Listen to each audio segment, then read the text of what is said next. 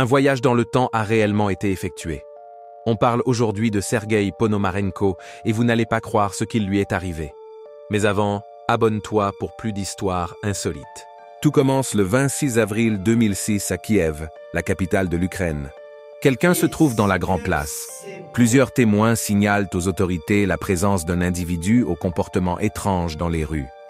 Il semble perdu et effrayé. Il porte des vêtements démodés et il ne reconnaît pas les lieux qui l'entourent. Il demande aux passants où se trouve une rue qui n'existe plus depuis longtemps. Des policiers s'approchent de lui pour l'interroger et lui demandent ses papiers d'identité. L'homme leur tend un passeport soviétique datant de 1956, sachant qu'on est quand même en 2005. Il affirme s'appeler Sergueï Ponomarenko et être né en 1932. Les policiers pensent qu'il souffre d'un trouble mental et décident de l'emmener dans un hôpital psychiatrique pour qu'il soit examiné. Là-bas, il rencontre le docteur Pablo Kutrikov, à qui il raconte son incroyable histoire.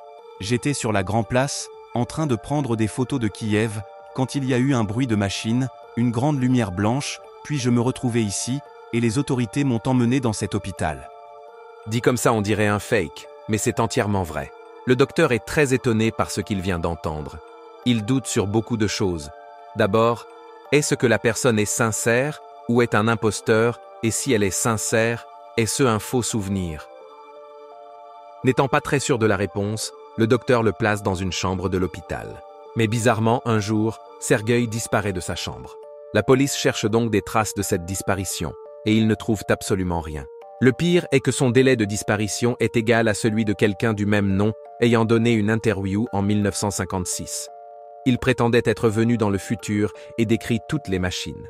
Abonne-toi si tu veux une partie 2 avec plus de précision.